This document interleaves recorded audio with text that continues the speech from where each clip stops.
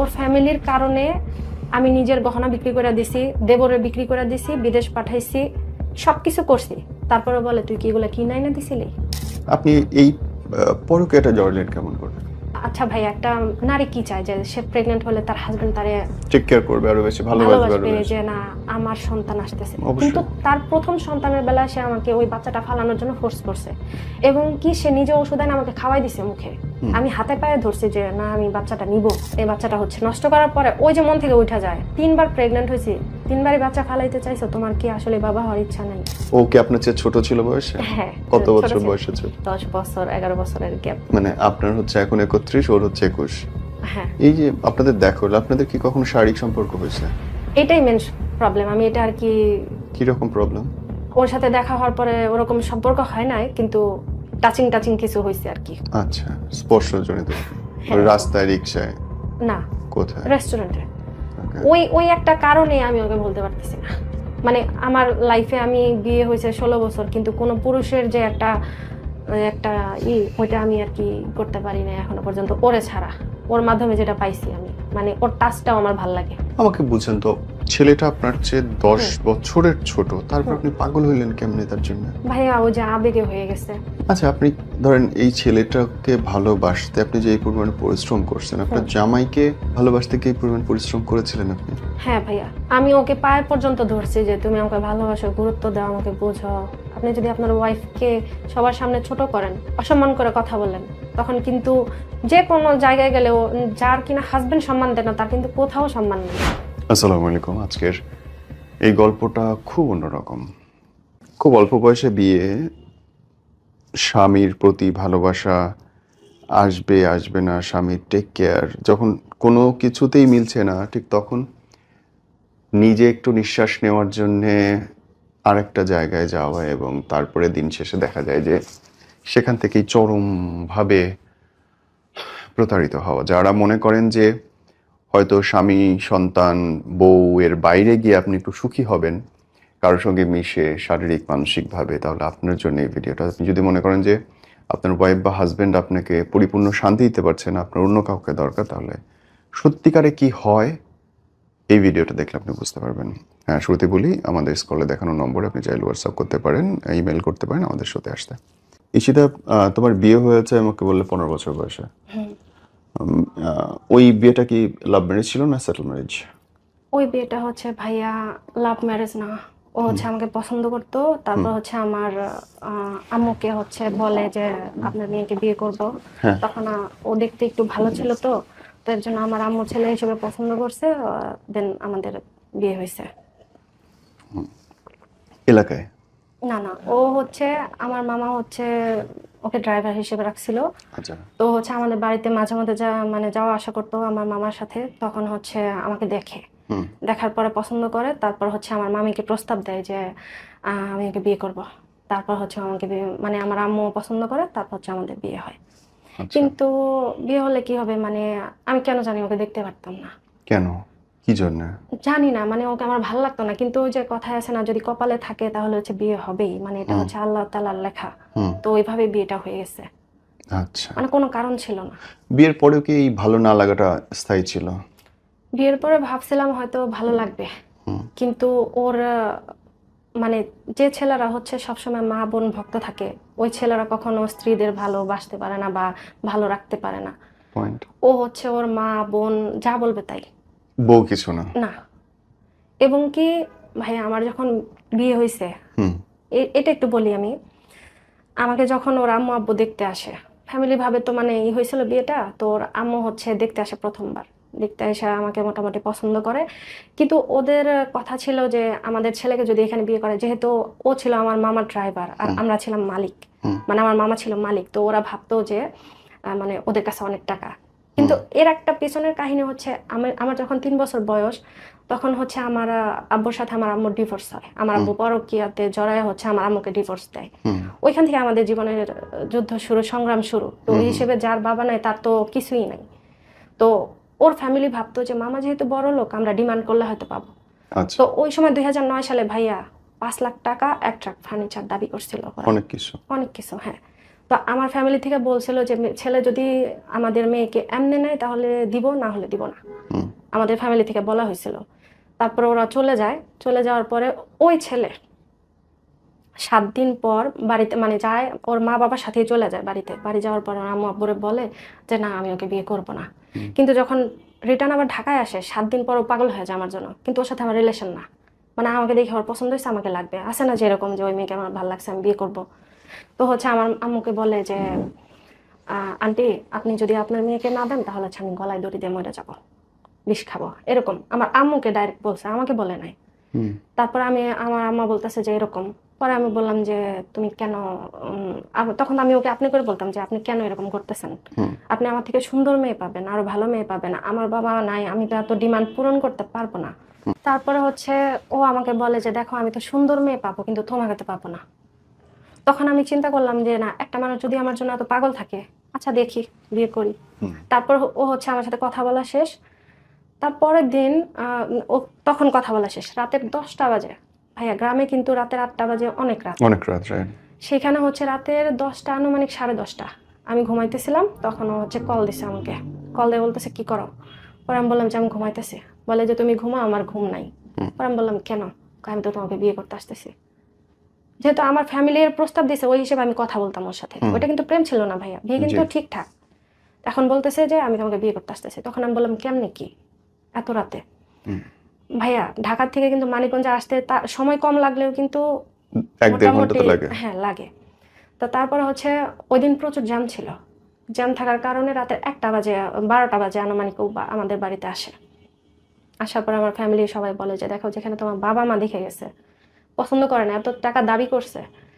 তো ওইখানে আবার আমার শ্বশুর বলছিল যেদিন আমাকে দেখতে আসে যে ছেলে যদি এখানে বিয়ে করে আমাদের অমতে তাহলে মনে করবো ছেলে মারা গেছে, আর এরকম ছেলে আমি চাই না।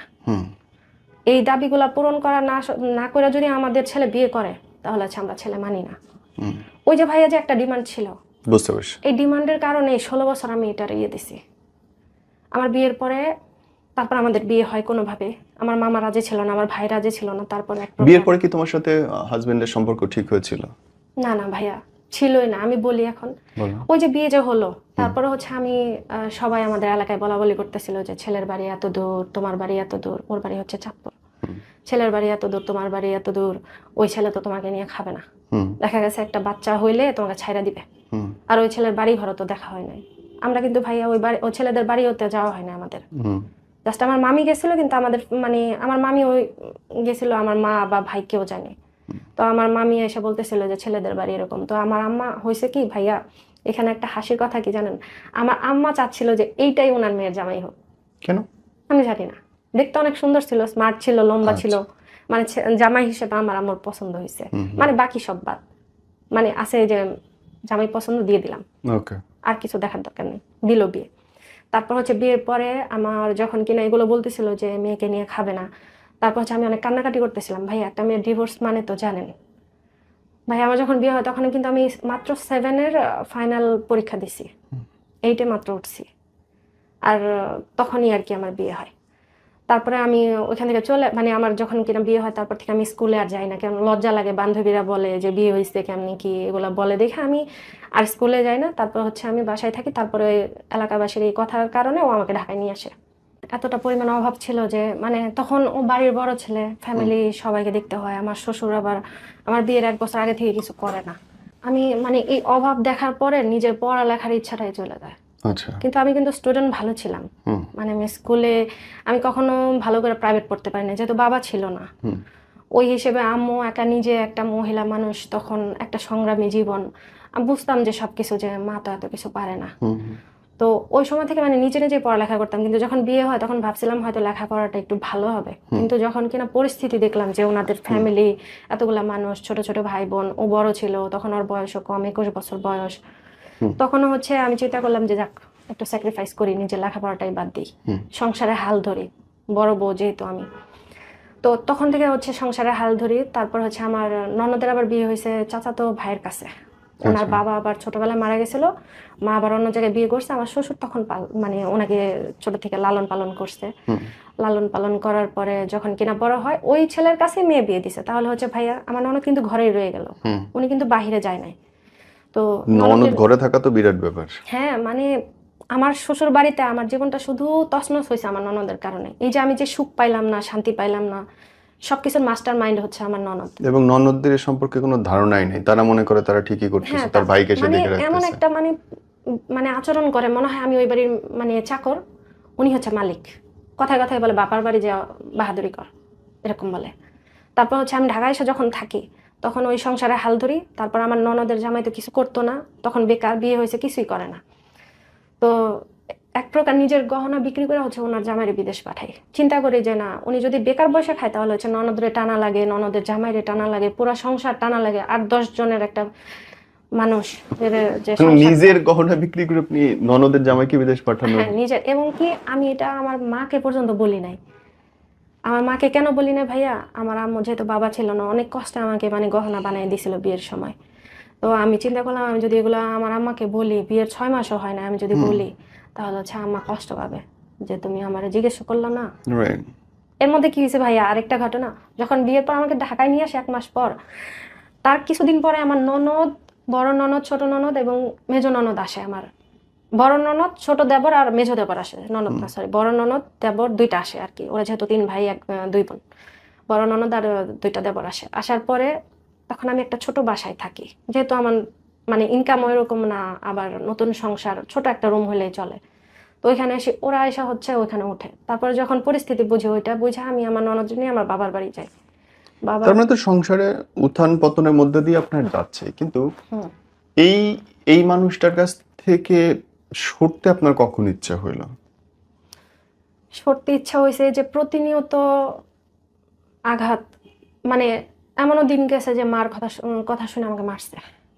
রোজা ছিলাম, রোজার মাস, রোজা আছি, কি যেন একটা টুকিটাকি ছোট একটা কথা নিয়ে ওর আম্মু ওরে রাগাই দিল। ও আমাকে বিছানার উপর থেকে চুল, তখন আমার মেয়ে 3 মাস বয়স, আমি কোলে নিয়ে হচ্ছে ওর বসে ছিলাম, ইফতার শুধু পানি খাইছি আর কিছু না, শুধু শরবত। কি যেন একটা কথা নিয়ে, এরকম পাশাপাশি রুম দেখা যায় আমার, আমি ও পাশের রুমে, আমার শাশুড়ি এরকম আর আমার হাজবেন্ড বসে আছে। কি যেন বলো, দৌড়ে যায় আমার চুল ধরে টাইনা না নিচে ফালায় মারলো। আমার শাশুড়ি ধরলো না পর্যন্ত। মানে ওর ফ্যামিলি যা বলতো তাই। ওর ফ্যামিলির কারণে আমি নিজের গহনা বিক্রি করে দিছি, দেবরে বিক্রি করে দিছি, বিদেশ পাঠাইছি, সবকিছু করছি। তারপরে বলে তুই কি এগুলো কিনাই না দিছিলি, তুই কিনাই না দেশ নাই। মানে কোনো কৃতজ্ঞতা প্রকাশ নাই যে আমার জন্য এত কিছু করছে। আন্ডারস্টুড, আমি হ্যাঁ। বুঝতে পারলাম। কিন্তু আপনি এই পরকীয়াটা জড়লেন কেমন করে? প্রক্রিয়া জড়াইছি ভাইয়া যখন কিনা আমি আম, এর মধ্যে হচ্ছে আমি বাচ্চার মা কিন্তু 5টা, আমি 5টা সন্তানের মা হয়েছি। প্রথম বিয়ের পরে আমি জানতাম না যে আসলে মানুষের এরকম, আসলে ভাইয়া জানি না, এতটা বোকা ছিলাম যে এরকম করলে যে প্রেগনেন্ট হয়, মানে ফিজিক্যালি হইলে যে প্রেগনেন্ট হয় এটা আমি জানতাম না। তো বিয়ের পর পরই আমি প্রেগনেন্ট হয়ে যাই। প্রেগনেন্ট হওয়ার পর আমার বিয়ের এখন 16 বছর, আমার মেয়ের হচ্ছে 15 বছর। তো এ হচ্ছে কাহিনী। তারপরে হচ্ছে যখন আমার আবার বিয়ের 4 বছর পর আমার এই মেয়েটা হয়, আমার ছোট মেয়ে। তারপর আমি এই মেয়ের যখন 4 বছর, তখন আবার আমি প্রেগনেন্ট হই। এই প্রেগনেন্ট হওয়ার পরে উনি ওনার, কেন আমার মনে উঠছে ভাই, আমি তাহলে এখন বলি। যখন কিনা আমি প্রথম বাচ্চার মা হই, একটা, আচ্ছা ভাই, একটা নারী কি চায় যে সে প্রেগনেন্ট হলে তার হাজবেন্ড তারে টেক কেয়ার করবে, আরো বেশি ভালোবাসবে, আরো ভালোবাসবে, বেশি। যে না আমার সন্তান আসতেছে। অবশ্যই। কিন্তু তার প্রথম সন্তানের বেলায় সে আমাকে ওই বাচ্চাটা ফালানোর জন্য ফোর্স করছে, এবং কি সে নিজে ওষুধ এনে আমাকে খাওয়াই দিছে মুখে। আমি হাতে পায়ে ধরছি যে না আমি বাচ্চাটা নিব। আমার মা বলছে যে নে, আমার শাশুড়িও বলছে, মিথ্যা বলবো না, আমার শাশুড়ি বলছে যে নাও। আমার ননদ বলছিল যে বাচ্চা আসলে ফালানো ঠিক না। তারপর হচ্ছে ওই যে প্রথমবার একটা ধাক্কা খাইলাম, তারপর এইটা হয়েছে পরে আমার ডিভোর্স দিতে চাইছে। এটা পেটে আসছে পরে, আমার ছোট মেয়ে পেটে আসছে পরে আমাকে ডিভোর্স দিতে চাইছে, যে তুমি যদি এই বাচ্চা নাও তাহলে হচ্ছে আমি তোমাকে রাখবো না। এবং কি ডিভোর্স পেপার রেডি করছে। রেডি করার পরে তারপরে আমি এক প্রকার বলছি তুমি যদি আমাকে ছাইরাও যাও আমি এই মেয়ে দুনিয়াতে আনবো। তারপর হচ্ছে এক প্রকার যুদ্ধ করে এই মেয়েটার দুনিয়াতে আনছি। এই মেয়ের দুনিয়াতে আনার পরে ভাইয়া, বড় মেয়ে হয়েছে পরে 14 দিন আমার মেয়ের দিকে তাকায় নাই। এই মেয়ে হয়েছে বড় 14-15 দিন আমার মেয়ের দিকে তাকায় নাই। তারপর আমার বড় মেয়ে যখন এটা হয়েছে ছোটটা, তখন বলতেছিল আব্বু তুমি আমার বোনকে দেখো না কেন। তখন ওই 4 বছরে আমার বড় মেয়ে কোলে নিয়ে হচ্ছে পিচ্চিটারে নিতে পারে না, ওর বাবার কোলে দিছে যে বাবা ধরো আমার বোনরে নাও, ওই যে নিল কোলে। এই যে তারপর থেকে এরকম। তারপর যখন তৃতীয়বার প্রেগনেন্ট হই ভাইয়া, কিভাবে হয়েছে আমি নিজেও জানি, মানে বারবার ভুল হয়েছে।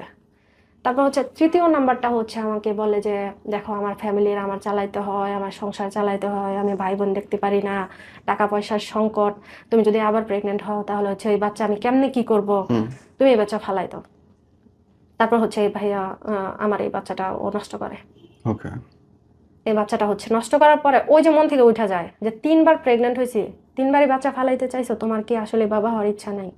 বা তোমার কি নিজের ইচ্ছা হয় না যে ভাই বোন, আচ্ছা ভাই, ভাই বোন তো আর সারা জীবন পাশে থাকে না, সন্তান আর ওয়াইফ যেরকম থাকে বাবা মাও কিন্তু একটা সময় থাকে না, তারা কিন্তু একটা সময় ওই যে ছেলের বেশি ইনকাম ওই দিকেই কিন্তু ই করে, আর আমার শ্বশুর শাশুড়ি একটু যে ছেলের একটু ইনকাম বেশি তার দিকে একটু ঝোঁকে বেশি। সবাই এটা হ্যাঁ বড় কিছু না। হ্যাঁ। তো আমি ওকে বললাম যে দেখো তোমার নিজের, আমি তো নিয়ে আসি না এগুলা, তোমার তো নিজের সন্তান। ওই যে তৃতীয় বাচ্চাটা ফালাইলো তখন থেকে হচ্ছে আস্তে আস্তে আমার মন উঠে গেল এবং আপনি তখন চিন্তা করলেন যে এই লোকটার সঙ্গে কিভাবে থাকি। কিভাবে মুক্তি পাবে। হ্যাঁ। তারপরে এই যার সাথে আপনার এখন পরকীয় সম্পর্ক, হ্যাঁ তার সঙ্গে জড়লেন কেমন করে? তারপরে হচ্ছে ভাইয়া ওটা ফালাই দিছে, পরে ভুলবশত তৃতীয়বার তো গেল, চতুর্থবার আবার প্রেগনেন্ট হয়ে গেছি। কন্ট্রোল কার নাই আসলে। হ্যাঁ, চতুর্থবার যখন প্রেগনেন্ট হয়েছি ভাইয়া তখন কি হয়েছে জানেন? চতুর্থবার প্রেগনেন্ট হওয়ার পরে বাচ্চা টুইন পেটে ছিল। হ্যাঁ, টুইন বাচ্চা যখন পেটে ছিল তখন হচ্ছে ও মানে ও একটু রাজি ছিল, মোটামুটি রাজি ছিল। রাজি থাকার পর হঠাৎ করে আমি অনেক প্রচুর অসুস্থতা বোধ করি। মোটামুটি এই ছোট মেয়ে হওয়ার পর থেকে মানে আমার এত একটা অবস্থা ছিল, খারাপ অবস্থা। এই মেয়ে যখন নর্মাল ডেলিভারি হয় তখন আমার অবস্থা খুবই খারাপ ছিল। ওই সময় বাসায় ডেলিভারি তো মানে হসপিটালে যাই নাই, যে হাজবেন্ডের ইনকাম কম ছিল, এমনও দিন গেছে ভাইয়া এই মেয়ে পেটে থাকার পরে আমি এমনও দিন গেছে যে সারাদিন না খাওয়া ছিলাম, এতটাই অভাব ছিল। অভাবে থাকার কারণে, না খাওয়ার কারণে বাচ্চাটা এত বড় হয়ে গেছে। যখন ডেলিভারি হয়েছে তখন আমি মানে প্রচুর অসুস্থ ছিলাম। যে ওই সময় যে একটা ক্ষতি হয়ে গেছিল আমার, নর্মাল ডেলিভারি বাসায় হয়েছিল, ওইটা আমি টানা 8 বছর টানি আমি অসুস্থ, মানে আমার জরায়ু প্রবলেম হয়ে যায়। তারপর যখন চতুর্থবার আমি প্রেগনেন্ট হই টুইন, ওই বাচ্চা পেটে আসার পরে আমার ধরা পড়ে জরায়ু ক্যান্সার, মানে একটু হইতেছিল আর কি। তো আমি যখন কিনা চতুর্থবার প্রেগনেন্ট হওয়ার পরে আমি নিজের অসুস্থ বোধ করতেছিলাম, যে সবসময় গায়ে জ্বর, তারপর হচ্ছে দুর্বল লাগে, মাথা ঘোরা অস্থির লাগে, প্রস্রাবে মানে জ্বালাপোড়া করে, ব্যথা লাগে, রাতে ঘুম হয় না, খুবই অসুস্থ লাগে। তখন ওরে আমি বলতে থাকি যে দেখো আমি না দিন দিন অসুস্থ হয়ে যাচ্ছি। তখন ও বলে কি তুমি হচ্ছে বেশি ঝাল খাও, ভর্তা খাও। মানে বাচ্চা পেটে থাকলে একটু এক একজনের এক এক দিকে একটু টান থাকে, যে অনেকে হচ্ছে ঝাল খায়, অনেকে মিষ্টি খায়। আমার ওই সময় ঝালটা অনেক পছন্দ হতো, তো আমি একটু ভর্তা টর্তা খাইতাম। আমাকে বলতো যে তুমি ভর্তা খাও তাই তোমার পেট ব্যথা করে। আমি বলতাম যে দেখো ভর্তা খাওয়ার ব্যথা কিন্তু এরকম কখনোই হইতে পারে না। তারপর বলতাম আমার জ্বর হয়, বলতো যে নাপা খাও।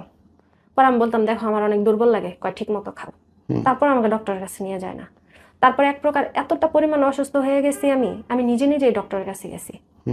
ডক্টরের কাছে যাওয়ার পরে যখন কিনা আমি করছি, ডক্টর দেখাইছি, পরে ওনারা বলতেছে যে দেখেন আমাদের এখানে ভালো কোনো ডক্টর নাই, আর আলট্রাসোনোগ্রাম এরকম ভালো না, আপনি একটা ভালো ডক্টর দেখান।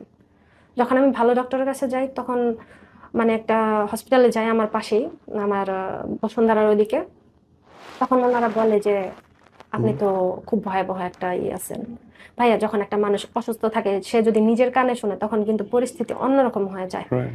ওনারা বলতেছিল যে হায় হায় কি অবস্থা, মানে আমার সাথে আমার একটা বোন গেছিল, উনি আমাকে বলতেছে এই তুই কি পাপ করছস। তারপরে এই চতুর্থ টুইনের পর আবার হয়েছে? না না, চতুর্থ মানে টুইন ছিল তখন, মানে ওই টোটাল তখনই 5 বার। এই তারপর ওনার সাথে পরিচয় আপনার হলো কেমন করে, এই নতুন মানুষটার সাথে? হ্যাঁ, ওই যে তারপরে আমি অসুস্থ ছিলাম, অসুস্থ থাকার পরে হচ্ছে আমার অপারেশন হয়। অপারেশন হওয়ার পরে আমি আপনাকে ইউটেরাস ফেলে দিতে হয়েছে পরে? হ্যাঁ হ্যাঁ আচ্ছা, ফেলে দিছি। তারপর যখন আমি 3 মাস ঘরে বন্দি হয়ে যাই, জি, ওই সময় আমার কেমোথেরাপি চলে, যেহেতু ক্যান্সারের লক্ষণ দিছিল। তো এর জন্য আমার ওই সময় ভাইয়া 2019-20 পুরা শাটডাউন চলতেছিল যখন আমি অপারেশন হই। তো সবাই তো ঘরে ঘরে বন্দি। তো ওই সময়টা আমি যখন ঘরে ছিলাম তখন আমি অনলাইনে আসক্ত হয়ে যাই। জি। ওই সময় একটা মানে মেসেঞ্জারে একটা যে আড্ডা গ্রুপ থাকে, ওইখানে হচ্ছে ফ্রেন্ড সার্কেল সবাই আড্ডা দেয়, এরকম একটা গ্রুপে আমাকে কোনো না কোনো ভাবে একটা ভাই আমাকে অ্যাড করে। অ্যাড করার ফলে ওইখানে তখন আমি চ্যাটিং কিভাবে করে জানি না ভাইয়া, মানে আসলে জানি না যে কিভাবে চ্যাটিং করতে হয়। তারপরে হচ্ছে আমি ওই 2-1 দিন দেখার পরে যখন কিনা আমার নাম ধরে মেনশন দিয়ে ডাক দিয়েছে ঈশিতা আপু কি করো, তখন আমি ভাবলাম যে একটা রিপ্লাই দিই। তখন আমি অনেক কষ্টে টাইপিং করি, হয়তো বললে কেউ বিশ্বাস করবে না যে এই জামানায় কি এরকম আসলে আদৌ তো আছে। তারপর হচ্ছে আমি রিপ্লাই দিই, তখন আমার একটু সাহস হয় যে না আমি তো আসলে পারি। তখন হচ্ছে আমি ওই গ্রুপটাতে মানে একটু নিজের আর কি ভালো ফিল করতে থাকি যে না আসলে সারাদিন হাজবেন্ডের সাথে ঝগড়া। আর ভাইয়া আমার সংসারে বিয়ে হয়েছে পরে কোনোদিন ঝগড়া ছাড়া আমরা থাকি নাই, এবং কি এখনো যে এই যে আসলাম ঝগড়া করেই আসতে হয়। মানে সব সময় ঝগড়া লাগিয়েই থাকে, মানে এটা হইলো কেন ওটা হইলো কেন এরকম টুকিটাকি সব জিনিস না ঝগড়া। একটা সংসারে সারাদিন ঝগড়া হইলে কিন্তু মন মন এমনিতেই টেকার ভালো কথা থাকে না। না। হ্যাঁ, তারপর হচ্ছে ওইখানে যখন আড্ডা দিই আমার খুব ভালো লাগে। ওইখান থেকে হচ্ছে তারপরে একটা ওই ছেলের সাথে যার সাথে আমার রিলেশন, ওইখান থেকে হচ্ছে একটা গ্রুপে ওর সাথে আমার পরিচয় হয়।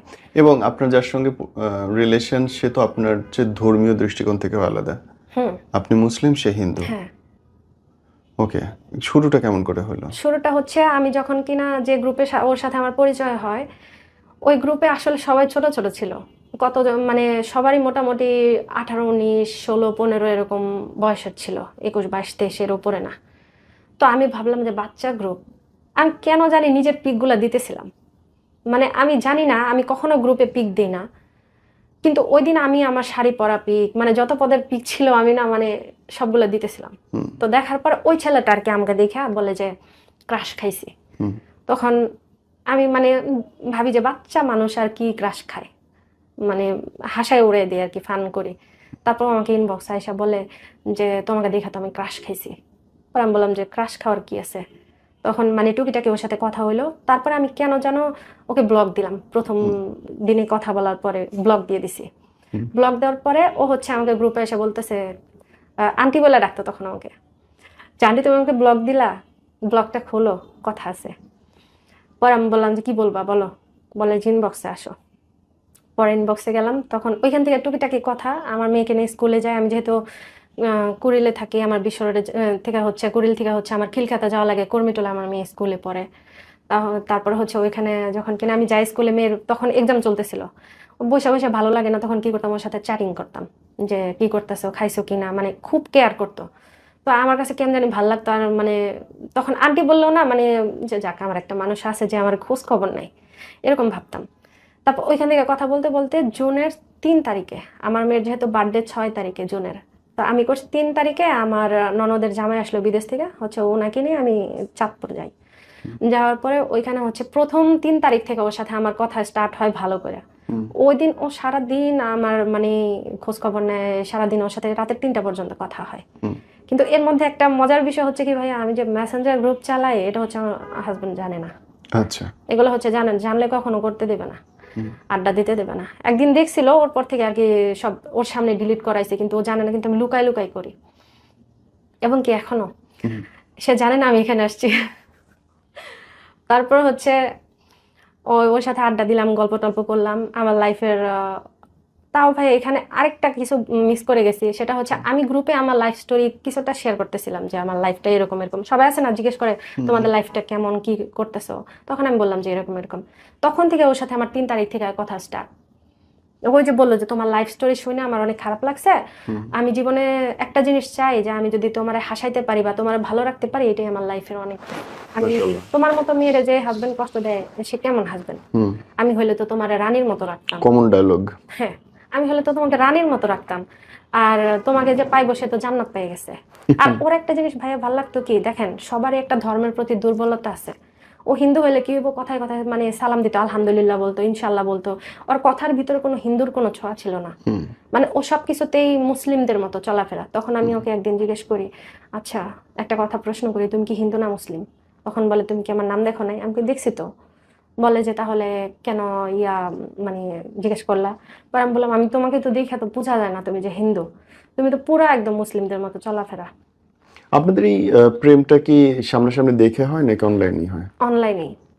ও হচ্ছে আমার জন্য পাগল। আমি ও যে ব্লগ যে দিলাম কথা বলার পর, তারপর হচ্ছে 3 তারিখ থেকে স্টার্ট কথা শুরু জুনের, তারপর থেকে মানে প্রতিনিয়ত ও বলতেছে যে প্রপোজ করে নাই, কিন্তু মানে ইঙ্গিতে ইশারা বুঝাইতো তোমার ছাড়া আমি থাকতে পারবো না। তখন ওর লাইফ স্টোরি যখন আমি জিজ্ঞেস করলাম, তখন ও বললো যে আমার একটা মেয়ের সাথে রিলেশন ছিল, ওই মেয়েটা আমাকে ধোকা দিছে, ওই মেয়েটা আমাকে ছাইড়ে গেছে। তখন আমি বললাম যে তুমি ওই মেয়েটার আইডি লিঙ্ক দাও, ফেসবুক আইডি লিঙ্ক, আমি ওর সাথে কথা বলে। ভাই আমার একটা গুণ আছে কিন্তু, মানে যদি কারোর সাথে কারো ভেজাল হয় বা ব্রেকআপ হয়, আমি এটা ভালো সলভ করে দিতে পারি, এই গুণটা আমার আছে। ঘটক ইশাক ভাই। কিন্তু নিজেটাই ঠিক করতে পারি না। তো ওই হিসেবে আমি ওকে বলে যে না, তুমি আমার লাইফে আসছো, আমি আর কাউরে চাই না, তুমি আমার লাইফে যতদিন আসো আমি এভাবে থাকবো। কিন্তু তখনও কিন্তু গার্লফ্রেন্ডের সাথে টুকিটাকি কথা হয়, কিন্তু ওর গার্লফ্রেন্ড পাত্তা দেয় না। দেখা গেছে ও এখন একটা মেসেজ দিলেও 2 ঘন্টা পর রিপ্লাই দেয় Okay. বা পরের দিন রিপ্লাই দেয় এরকম। তো আমি বললাম যে দাও ঠিক করে দিই, বলে না তুমি আসো, আমার আর কিছু লাগবো না, আমি তোমার পাইলেই হ্যাপি। তখন আমি বললাম দেখো, লাইফে 2টা মানুষ রাখা যায় না, 2টা নারী রাখা যায় না। দেখা গেছে আমার জন্য ওর প্রবলেম হতে পারে বা তোমার জন্য আমার প্রবলেম হতে পারে। তখন ও বললো যে শোনো, দুনিয়া একদিকে, তুমি একদিকে, তোমার ছাড়া আমি কিছুই বুঝি না, তুমি থাকলেই হবে, কে থাকলো না থাকলো দেখার বিষয় না। পর আমি বললাম যে আচ্ছা আমি একটা প্রশ্ন করি, তুমি কি আমাকে ভালোবাসো? তুমি তো সব জানো। পর আমি বলছি দেখো, কখনো কারো মনের খবর কিন্তু জানা যায় না, তুমি যদি নিজে থেকে না বলো আমি কিন্তু কখনোই জানবো না। তখন ও বললো যে হুম। তখন বলে যে আচ্ছা আমরা বিয়ে করি। পর আমি বললাম যে কিভাবে? কবুল বলো। হাসবো না কান্না করবো বুঝতেছি না। বলে কবুল বলো। পর আমি বললাম কেন? আমি মানে একটু বিরক্ত বোধ করতেছিলাম যে অনলাইনে বিয়ে, মজা করো তুমি আমার সাথে, মানে মনে মনে ভাবতেছি মজা করো আমার সাথে। বলে সত্যি বিশ্বাস করো আমি তোমাকে বিয়ে করবো। পরে আমাকে বলে যে বলো কবুল বলো। তখন আমি রাগে যে বলছি তুই বল। তখন ও বলতেছে কবুল কবুল কবুল। পরে আমি বলছি সাক্ষী কে? কয় আল্লাহ। তখন আমি বলছি আল্লাহ সাক্ষী, যখন ডিভোর্স দিবি তখন কে সাক্ষী থাকবে, মানে এরকম করে বলতেছে। তখন বলে যে না, ডিভোর্স দেওয়ার কোনো প্রশ্নই ওঠে না, তোরে আমি বিয়ে করবো, এরকম করে বলতেছে।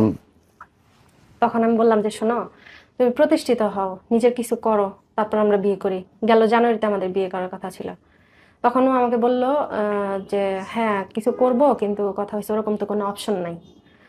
তখন হচ্ছে এমন দিন গেছে ভাইয়া যে ওর হাত খরচ আমি চালাইছি, ওরে ওরে ফোনে টাকা দিছি, তারপর ওর হচ্ছে কি লাগবে দেখা গেছে মাঝে মধ্যে একটা ঘড়ি কিনে দিছি, মাঝে মধ্যে একটা যে প্রথম দেখাতে ওর একটা ঘড়ি গিফট করি আমি। প্রথমবার যখন ওর সাথে আমার দেখা হয়, ও আমাকে দেখে বলে যে আমি ভাবছিলাম হয়তো তোমার যে বয়স, হয়তো দেখে ভাবছিলাম যে হয়তো তুমি মানে একটু বয়স্ক বয়স্ক দেখা যাবে। কিন্তু তখন ভাই আর একটু ছিলাম, তখন টেনশন ছিল না ওর সাথে একটু প্রেমে পড়লে তো মানুষ এমনি সুন্দর হয়ে যায়। ইহা সঠিক, প্রেমে বললে মানুষ হ্যাঁ, সুন্দর হয়। তখন ও আমাকে দেখে বলতেছে তোমার তো আমি দেখি ক্রাশ খাইছি, আসলেই বাস্তব ক্রাশ খাইছি। আর তোমাকে তো দেখে কোনো বোঝার উপায় নাই যে আসলে তোমার কোথায় দেখা বয়স হয় কত। প্রথম? প্রথম দেখা হয় আমাদের একটা মার্কেটে, আচ্ছা। সুবাস্তু মার্কেটে, হুম। শাহজাদপুরের ওদিকে। তখন ও আমাকে দেখে, ও রাস্তার ওপারে ছিল, আমি ওকে দেখে মানে যেহেতু ওর পিক দেখছি আমি চিনতে পারছি।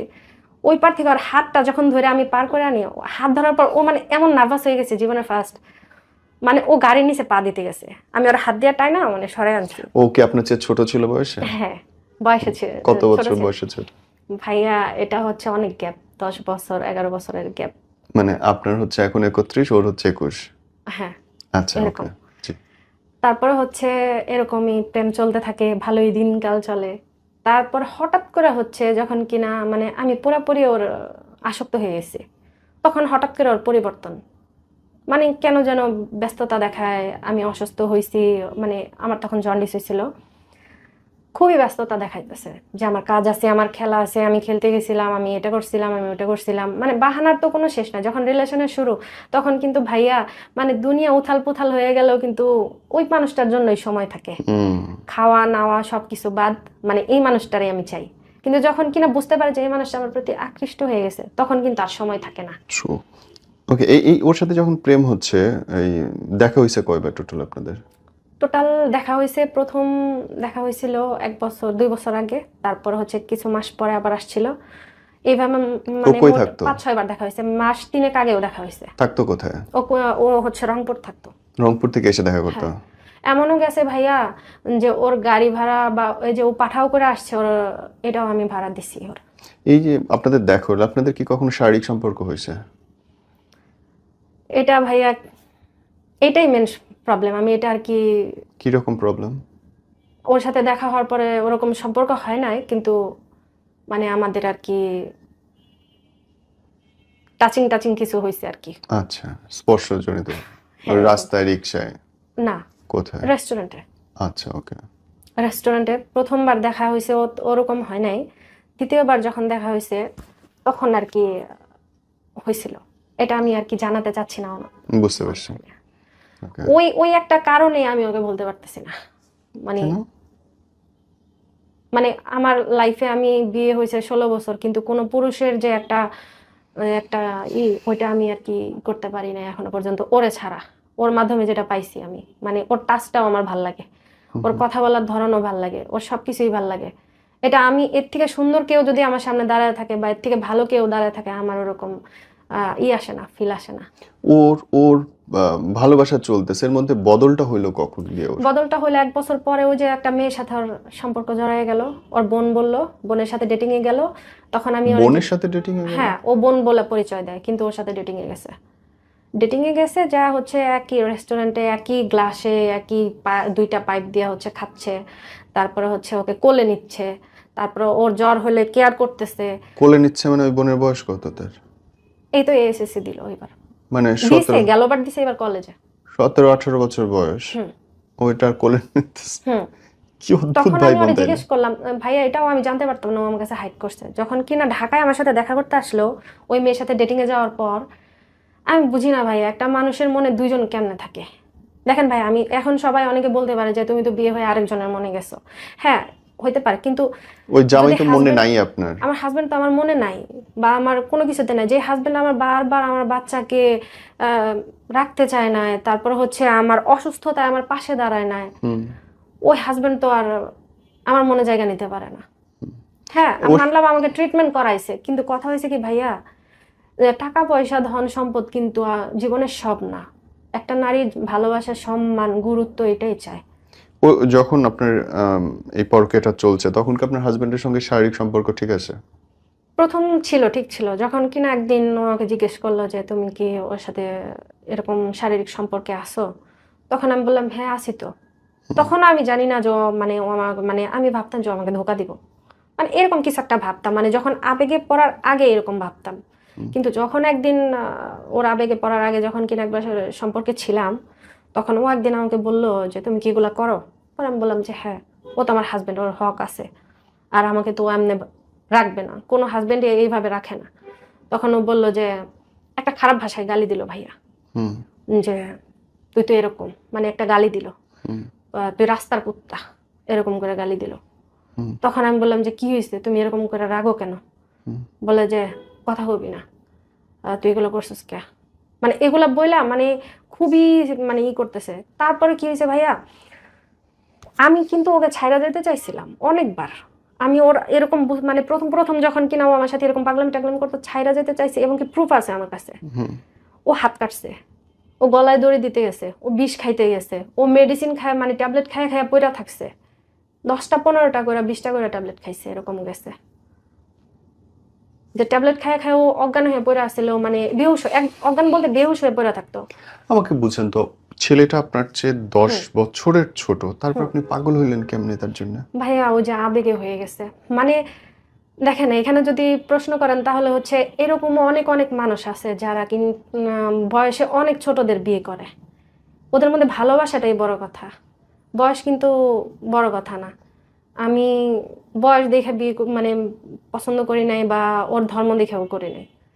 আমি ওর ধর্মের সম্মান দিই, ও হিন্দু হোক, মুসলিম হোক, বৌদ্ধ হোক, খ্রিস্টান হোক, ও মানুষ, এটা আমার কাছে বড় কথা। প্রথমত সে আর হিন্দু, আপনি বয়সের মুসলিম, আপনি 31, ওর বয়স 21, আপনি বাচ্চার মা, 2টা 5বার প্রেগন্যান্ট হয়েছেন, সে এখনো ভার্জিন ছেলে। আপনার মনে হলো না যে এগুলো সবগুলো একটা বড় বড় অবস্ট্রাকল, বাধা? ভাইয়া তখন আমার, এবং কি দেখেন আমার মেয়েরা কিন্তু এগুলো জানে, আমি কিন্তু এটা হাইড করি নাই। কারণ দেখা গেছে যদি আজকে আমি এটা হাইড করে যদি ওর সাথে পালাই যেতাম, আমার মেয়েরা হঠাৎ করে শুনলে কষ্ট পাইতো। এবং কি আমার বড় মেয়ে জানে আমি কিসের ভিতর দিয়ে যাচ্ছি। আপনার বড় মেয়ের বয়স কত? আমার বড় মেয়ের বয়স 15। আপনার বড় মেয়ের বয়স 15, ওর বয়স 21, মানে আপনার বড় মেয়ের চেয়ে ও 6 বছরের হ্যাঁ, বড়। আমার মেয়ে আমাকে অনেকবার বলছে যে দেখো আম্মু, দুনিয়াতে এত এত মেয়ে থাকতে তোমাকে ভালোবাসে, তুমি কি বোঝো না এটা ফেক।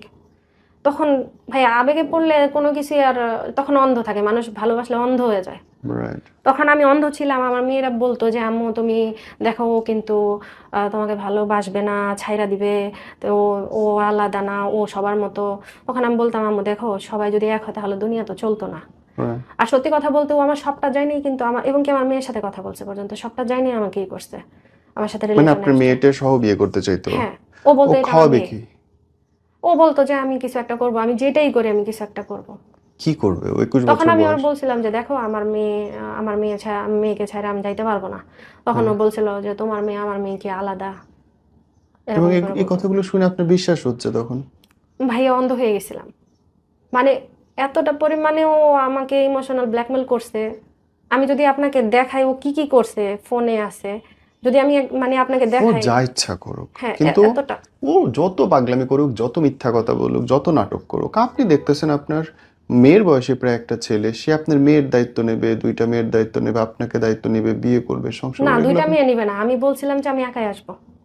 পরে বলছিলাম যে তুমি এত নিতে পারবে না দায়িত্ব, আমি একাই আসবো। ও বলছিল না, ওকে নিয়ে আসো। ও নিজে বলছে যে এবং আম্মু। এগুলো আপনার তখন বিশ্বাসযোগ্য হ্যাঁ, লাগতেছে বিশ্বাস সব। হয়ে গেছে, মানে অন্ধ হয়ে গেছিলাম, বুঝতে পারি নাই যে আসলে যে ভালোবাসা অন্ধ, বয়স মানে না, ধর্ম মানে না, জাতি মানে না, কোনো কিছু মানে না। যখন কিনা একটা মানুষ ভুল পথে যায় ভাইয়া, তখন কিন্তু সঠিকটাও ভুল মনে হয়।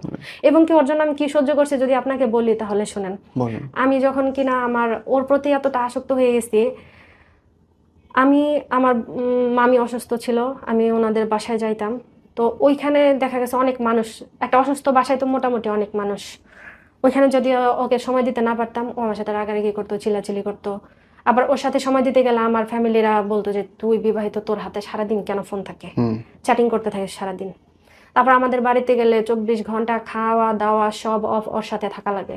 মাঝে মধ্যে ভিডিও কলে না আসলেও আমার সাথে রাগ করে, ভিডিও কলে আসো, এক নজর দেখবো, এরকম সেরকম, মানে সবসময় ফোর্স করতে থাকতো। হুম। তো একদিন আম্মা যায় না যায়, তারপর ও কি করছে, আমার আম্মার নাম্বার নিয়ে আমার আমাকে কল দিছিল একদিন যে আপনার মেয়েকে বিয়ে করবো। ওরা, আমার আম্মু বলে যে আমি নাতিন বিয়ে দিব, আমি কি এখন মেয়ে বিয়ে দিব, তুমি আমার মেয়েকে বিয়ে করবা। তখন আমি তো জানি না যে ও কল দিছে। পরে আম্মা বলতেছে যে তোরে কে যেন বিয়ে করতে চায়। পরে আমি বললাম কে, রং নাম্বার মনে হয়। পরে ও আমাকে বলতেছে, আমি কই কি কে যেন কল দিয়ে আমাকে বিয়ে করতে চায়, কই ওটা আমি ছিলাম। হুম। পরে আমি বলি যে আমাকে কল দিছে ওটা। তারপরে এগুলা জানার পরে ভাইয়া এমনও গেছে, আমার আম্মা সব কিছু জানে গেছে। জানার পরে আমার আম্মা বলতেছিল তুই যদি ওই হিন্দু ছেলের সাথে সম্পর্কে থাকিস তাহলে হচ্ছে আমি মরে যাবো, আমি বিষ খাবো। আমার জীবনে আমার স্বামী ছিল না, আমি অল্প বয়সে ডিভোর্স হয়েছে, আমার আম্মুর অল্প বয়সে ডিভোর্স হয়েছে, মোটামুটি আমার আম্মুর যখন 20-21 বছর বয়স তখন ডিভোর্স হয়েছে। তো আম্মু বলছে যে যে তোর আব্বু ছিল না, আমি কষ্ট করে খাইছি, তোদের মানুষ করছি, কিন্তু কখনো আমি কোনো পুরুষের আমি কলঙ্ক গায়ে নিইনি। সেখানে তুই বিবাহিত হয়েছিস, হ্যাঁ তোর সংসার জীবনে সুখী নাই, আমরা জানি তুই সুখী নাই, তোর হাজবেন্ড কেমন, তোরা হাজবেন্ড তোরে মূল্য দেয় না, দাম দেয় না, কোনো কিছুতে করে না, জানি একটা মেয়ের হাজবেন্ড ভালো না থাকলে সে অন্যদিকে যাইতেই পারে। কিন্তু তুই এমন একজনের কাছে যাইতেছ যেটা আমার মান সম্মান সবকিছু শেষ করে, তুই যদি ওর সাথে যাস, মানে কান্না করে করে বলতেছিল। অ্যাজ ইট ইজ তো আপনার পরকীয়া বয়ফ্রেন্ডের মাও তো একই কথা বলছে, যে যদি এই মেয়েরে বিয়ে করিস তাহলে হ্যাঁ, আমার ভাইয়া বলতেছিল তুই কি ওরে ভালোবাসিস। পরে আমি চুপ করেছিলাম, কারণ আমি তো ভালোবাসি। আম্মা বলতেছিল, ভাইয়া বলতেছিল, তখন আমি চুপ করেছিলাম। আম্মা বলছিল তুই যদি ওর সাথে করস তাহলে হচ্ছে আমি বিষ খাবো। কিন্তু ভাইয়া আমি তো মার কথা চিন্তা করি নাই, আমি তো চিন্তা করি নাই যে আমার মা বিষ খাবে বা কি। আমি চিন্তা করছি যে আমার মা আমার লাইফটা একবার নষ্ট করছে বিয়ে দিয়ে, অল্প বয়সে। যদি আমি তখন বিয়ে না হইতে হয়তো আরেকটু ম্যাচিউর হইতাম, হয়তো বুঝতাম এখন সবকিছুর আপনার বিয়ে সমস্যা। করার বয়স, যখন হ্যাঁ, আপনার বাচ্চাটা বড় হয়ে গেছে। হ্যাঁ, তখন আমার আম্মু আমাকে, আমি বুঝতে পারি না, আমার আম্মু আমাকে বিয়ে দিছে, আমি তো আর প্রেম করে বিয়ে করি রাইট, নাই, বা আমার রাইট। গায়ে কোনো কলঙ্কের দাগও ছিল না এবং যে এই মেয়ে পড়ালেখাটাও একটা। করতে পারেন নাই ঠিক হ্যাঁ, মতো। হ্যাঁ। আমি একটা পরকীয়া করছি, বা আমি একটু ওই ছেলের সাথে ধরা পড়ছিলাম বা কি একটা কিছুই তো হয়েছে, না। এরকম কিছুই ছিল না, কলঙ্কের রাইট। কোনো দাগ ছিল না। তারপরে আম্মু বিয়ে দিছে, মানে আমাকে বিয়ে দিয়ে মানে আমার জীবনটা বরবাদ করে দিছে। এখন আমি চাচ্ছিলাম না যে আমার আম্মু আমার লাইফটা আবার বরবাদ করুক। এখন এই ছেলের লাশ সরে গেল কি বলে আপনার কাছ থেকে? সরে গেছে কিছুদিন আগে, ওর 15 তারিখে, এই গেল 15 তারিখে ওর একটা ইন্টারভিউ ছিল RFL কোম্পানিতে, ওর একটা জবের। আমি ওকে বলি জবটা করতে, ফ্রিল্যান্সিং এর টাকা দিই আমি ওকে, যে কিছু একটা করো, তুমি তো আমাকে বিয়ে করবা, খাওয়াই বাকি। তখন ও বলে যে হ্যাঁ করবো, কিন্তু টাকা তো নাই, ফ্রিল্যান্সিং এর একটা অফার আসছে। তখন আমি ওকে বলি যে তুমি ফ্রিল্যান্সিং করো, আমি তোমাকে টাকা দিই। তখন ভাই আমি গোপনে গোপনে অনেক কষ্ট করে, আমার হাজবেন্ড যেহেতু আমাকে টাকা দেয় না, আমি অনেক সময় দেখা গেছে যে ওর জন্য চুরি পর্যন্ত করছি। আমার হাজবেন্ডের মানিব্যাগ থেকে চুরি করে ওরা হচ্ছে টাকা পাঠাইতাম। বাপরে বাপ, হ্যাঁ, প্রেম। মানে আমি এত পরিমাণ চোর হয়ে গেছি ওর প্রেমে, মানে চোর বলতে, অন্ধ বলতে, দোষী বলতে, সব দিকে আমাকে দোষ দেওয়া যায়, যে আমি ওকে সুযোগ দিছি। এখন আমি যদি ওকে সুযোগ না দিতাম ও তো আসতে পারতো না। কিন্তু এইখানে কথা হচ্ছে ভাইয়া, ও যদি চায় তাহলে হচ্ছে আমরা এক হইতে পারি, কিন্তু ওই এখন চাচ্ছে না।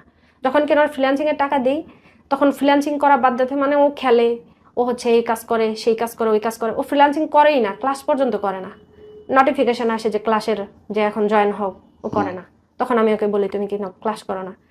লাস্ট ওর সাথে আমার কিভাবে ঝামেলাটা হয় সেটা হচ্ছে 15 তারিখে ও আমাকে বলে সকালবেলা, আগের দিন, হ্যাঁ না 14 তারিখে আমাকে বলে যে আমি তো 16 তারিখে ঢাকা আসতেছি, ইন্টারভিউ আছে 16 তারিখে, তো তুমি বাড়িতে মানে কাউরে জানানো, যেহেতু ওর ফ্যামিলির অনেকের সাথে আমার অ্যাড ছিল, মোটামুটি ওর ফ্যামিলিও জানতেছিল, আমার ফ্যামিলিও মানে মোটামুটি জানে আমাদের বিষয়টা। তখন ও বলতেছিল যদি কেউ কল দেয় তুমি বা মেসেজ দেয় বলবা যে ওর সাথে আমার কথা হয় না।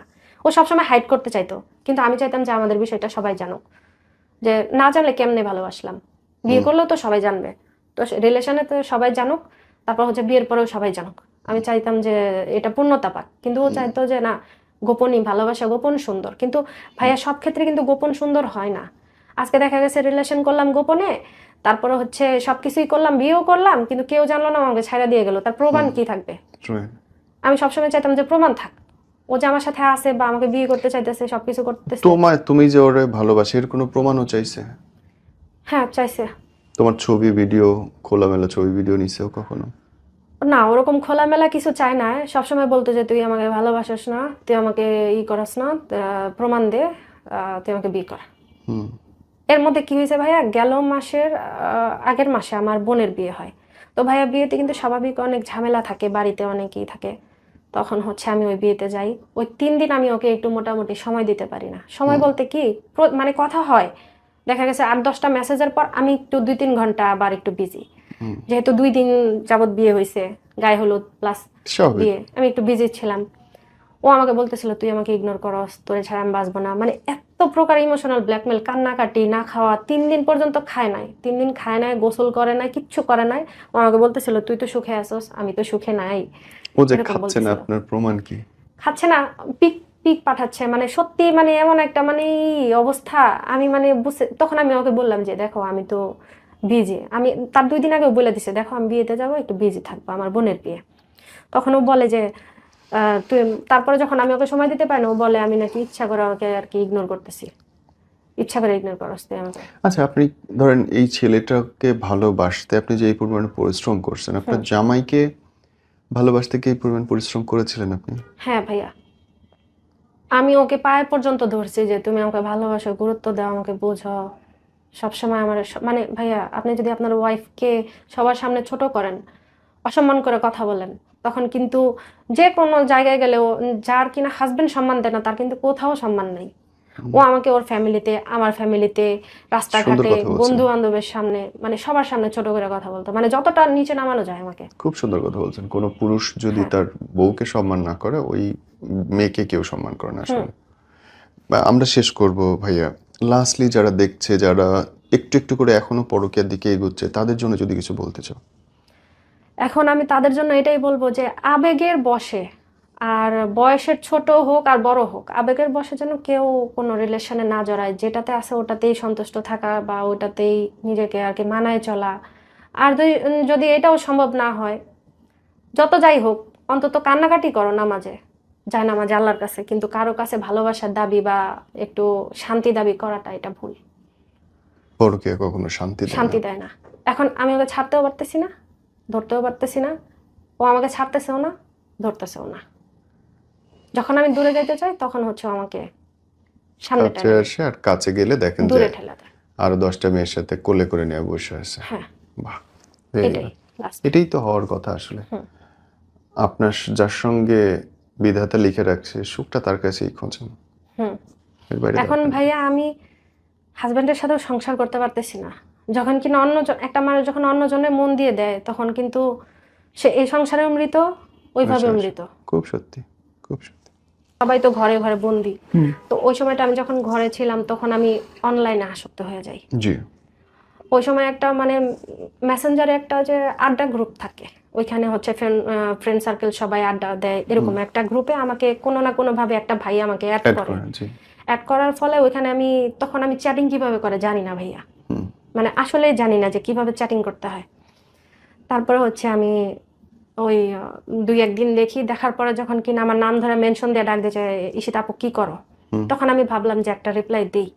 তখন আমি অনেক কষ্টে টাইপিং করি, হয়তো বললে কেউ বিশ্বাস করবে না যে এই জামানায় কি এরকম আসলেও আদত আছে। তারপর হচ্ছে আমি রিপ্লাই দিই, তখন আমার একটু সাহস হয় যে না, আমি তো আসলে পারি। তখন হচ্ছে আমি ওই গ্রুপটাতে মানে একটু নিজের আর কি ভালো ফিল করতে থাকি যে না আসলে সারাদিন হাজবেন্ডের সাথে ঝগড়া। আর ভাইয়া আমার সংসারে বিয়ে হয়েছে পরে কোনোদিন ঝগড়া ছাড়া আমরা থাকি নাই, এবং কি এখনো যে যে আসলাম ঝগড়া করেই আসতে হয়। মানে সব সময় ঝগড়া লাগিয়েই থাকে, মানে এটা হইলো কেন ওটা হইলো কেন এরকম টুকিটাকি সব জিনিস না ঝগড়া। একটা সংসারে সারাদিন ঝগড়া হইলে কিন্তু মন মন এমনিতেই টেকার ভালো কথা থাকে না। না। হ্যাঁ, তারপর হচ্ছে ওইখানে যখন আড্ডা দিই আমার খুব ভালো লাগে। ওইখান থেকে হচ্ছে তারপরে একটা ওই ছেলের সাথে যার সাথে আমার রিলেশন, ওইখান থেকে হচ্ছে একটা গ্রুপে ওর সাথে আমার পরিচয় হয়। এবং আপনার যার সঙ্গে রিলেশন সে তো আপনার যে ধর্মীয় দৃষ্টিকোণ থেকেও আলাদা। হুম। আপনি মুসলিম, সে হিন্দু। হ্যাঁ। ওকে, শুরুটা কেমন করে হলো? শুরুটা হচ্ছে আমি যখন কিনা যে গ্রুপে ওর সাথে আমার পরিচয় হয়, ওই গ্রুপে আসলে সবাই ছোট ছোট ছিল। মানে সবারই মোটামুটি 18, 19, 16, 15 এরকম বয়সের ছিল, 21, 22, 23 এর উপরে না। তো আমি ভাবলাম যে বাচ্চা গ্রুপ, আমি কেন জানি নিজের পিকগুলো দিতেছিলাম। মানে আমি জানি না, আমি কখনো গ্রুপে পিক দিই না, কিন্তু ওই দিন আমি আমার শাড়ি পরা পিক মানে যত পদের পিক ছিল আমি না মানে সবগুলো দিতেছিলাম। তো দেখার পর ওই ছেলেটা আর কি আমাকে দেখে বলে যে ক্রাশ খাইছি। তখন আমি মানে ভাবি যে বাচ্চা মানুষ আর কি ক্রাশ খায়, মানে হাসায় উড়ে দিই আর কি, ফান করি। তারপর আমাকে ইনবক্স আইসা বলে যে তোমাকে দেখা তো আমি ক্রাশ খাইছি। পর আমি বললাম যে ক্রাশ খাওয়ার কি আছে।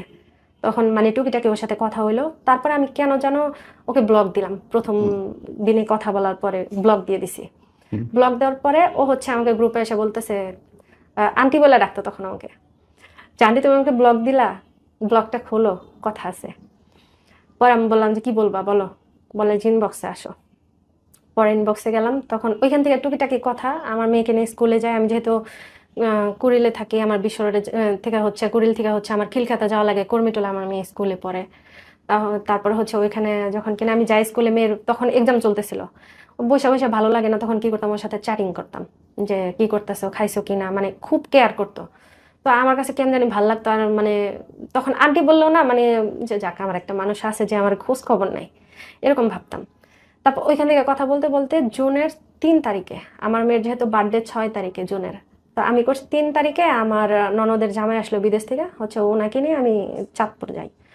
যাওয়ার পরে ওইখানে হচ্ছে প্রথম 3 তারিখ থেকে ওর সাথে আমার কথা স্টার্ট হয় ভালো করে। ওই দিন ও সারাদিন আমার মানে খোঁজ খবর নেয়, সারাদিন ওর সাথে রাতের 3টা পর্যন্ত কথা হয়। কিন্তু এর মধ্যে একটা মজার বিষয় হচ্ছে কি ভাইয়া, আমি যে মেসেঞ্জার গ্রুপ চালাই এটা হচ্ছে আমার হাজবেন্ড জানে না। আচ্ছা। এগুলো হচ্ছে জানলে কখনো করতে দেবে না, আড্ডা দিতে দেবে না। একদিন দেখছিল, ওর পর থেকে আর কি সব ওর সামনে ডিলিট করাইছে, কিন্তু ও জানে না, কিন্তু আমি লুকাই লুকাই করি। এবং কি এখনো সে জানে না আমি এখানে আসছি। তারপর হচ্ছে ওর সাথে আড্ডা দিলাম, গল্প টল্প করলাম আমার লাইফের। তাও ভাই এখানে আরেকটা কিছু মিস করে গেছি, সেটা হচ্ছে আমি গ্রুপে আমার লাইফ স্টোরি কিছুটা শেয়ার করতেছিলাম যে আমার লাইফটা এরকম এরকম, সবাই আছে না জিজ্ঞেস করে তোমাদের লাইফটা কেমন, কি করতেছো, তখন আমি বললাম যে এরকম এরকম। তখন থেকে ওর সাথে আমার 3 তারিখ থেকে কথা স্টার্ট। ওই যে বললো যে তোমার লাইফ স্টোরি শুনে আমার অনেক খারাপ লাগছে, আমি জীবনে একটা জিনিস চাই যে আমি যদি তোমার হাসাইতে পারি বা তোমার ভালো রাখতে পারি, এটাই আমার লাইফের অনেক। আমি তোমার মতো মেয়েরে যে হাজবেন্ড কষ্ট দেয় সে কেমন হাজবেন্ড, আমি হলে তো তোমার রানীর মতো রাখতাম। Common dialogue. হ্যাঁ, আমি হলে তো তোমাকে রানীর মতো রাখতাম, আর তোমাকে যে পাইবো সে তো জান্নাত পেয়ে গেছে।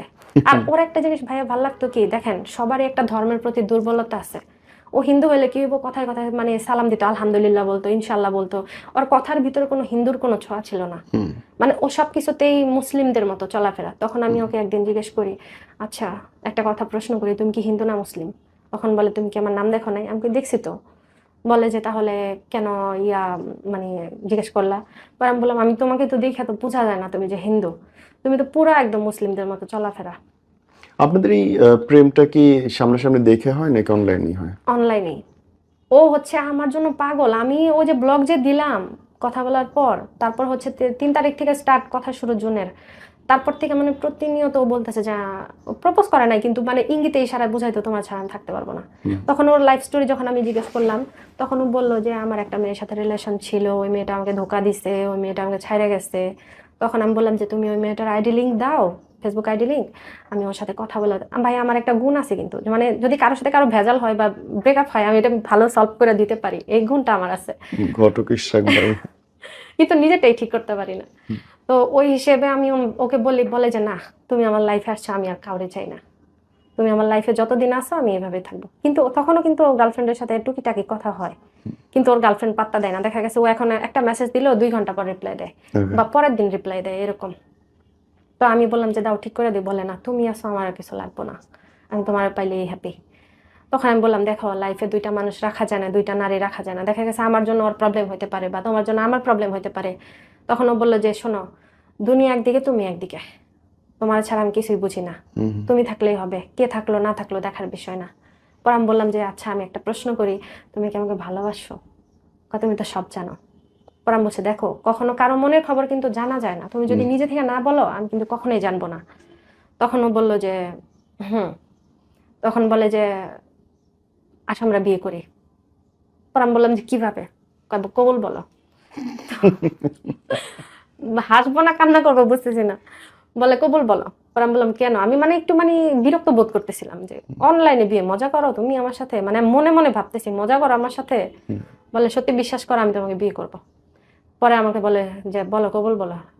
তখন আমি রাগে যে বলছি তুই বল। তখন ও বলতেছে কবুল কবুল কবুল। পরে আমি বলছি সাক্ষী কে? কয় আল্লাহ। তখন আমি বলছি আল্লাহ সাক্ষী, যখন ডিভোর্স দিবি তখন কে সাক্ষী থাকবে, মানে এরকম করে বলতেছে। তখন বলে যে না ডিভোর্স দেওয়ার কোনো প্রশ্নই ওঠে না, তোরে আমি বিয়ে করবো, এরকম করে বলতেছে। তখন আমি বললাম যে শোনো, তুমি প্রতিষ্ঠিত হও, নিজের কিছু করো, তারপর আমরা বিয়ে করি। গেল জানুয়ারিতে আমাদের বিয়ে করার কথা ছিল।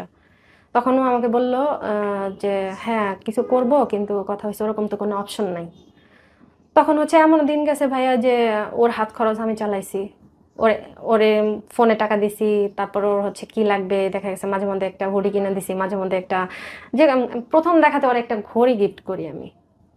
প্রথমবার যখন ওর সাথে আমার দেখা হয়, ও আমাকে দেখে বলে যে আমি ভাবছিলাম হয়তো তোমার যে বয়স, হয়তো দেখে ভাবছিলাম যে হয়তো তুমি মানে একটু বয়স্ক বয়স্ক দেখা যাবে। কিন্তু তখন ভাই আর একটু ছিলাম, তখন টেনশন ছিল না ওর সাথে একটু প্রেমে পড়লে তো মানুষ এমনি সুন্দর হয়ে যায়। ইহা সঠিক, প্রেমে বললে মানুষ হ্যাঁ, সুন্দর হয়। তখন ও আমাকে দেখে বলতেছে তোমার তো আমি দেখি ক্রাশ খাইছি, আসলেই বাস্তব ক্রাশ খাইছি। তোমাকে তো দেখে কোনো বোঝার উপায় নাই যে আসলে তোমার কোথায় দেখা বয়স হয় কত। প্রথম?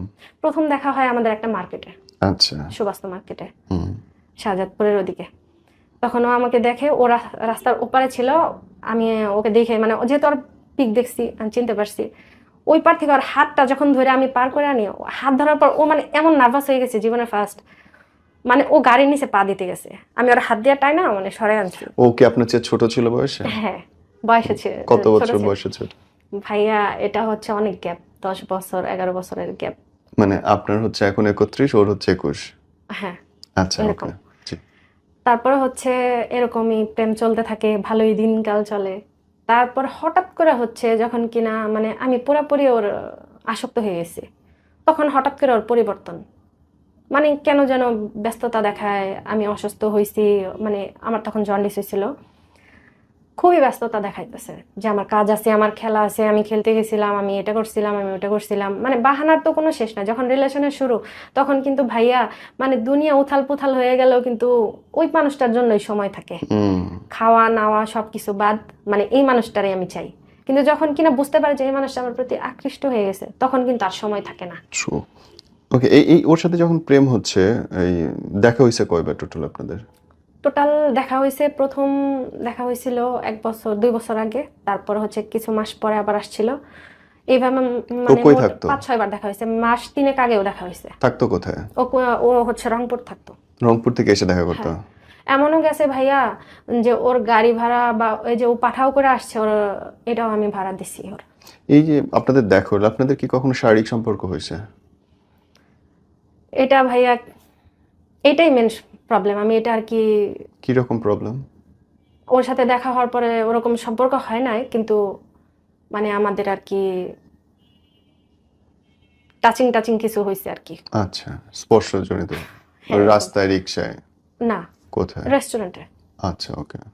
রেস্টুরেন্টে প্রথমবার দেখা হয়েছে ওরকম হয় নাই, দ্বিতীয়বার যখন দেখা হয়েছে তখন আর কি হয়েছিল। এটা আমি আর কি জানাতে চাচ্ছি না বুঝতে পারছি। ওকে। ওই ওই একটা কারণে আমি ওকে বলতে পারতেছি না, মানে কেন?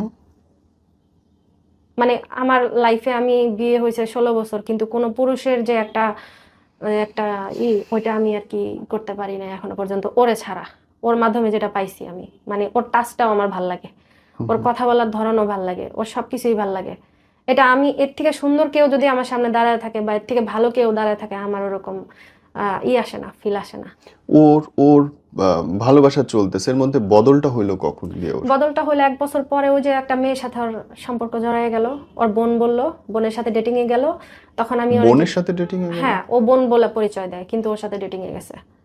ডেটিং এ গেছে যা হচ্ছে, একই রেস্টুরেন্টে একই গ্লাসে একই 2টা পাইপ দিয়ে হচ্ছে খাচ্ছে, তারপরে হচ্ছে ওকে কোলে নিচ্ছে, তারপরে ওর জ্বর হলে কেয়ার করতেছে।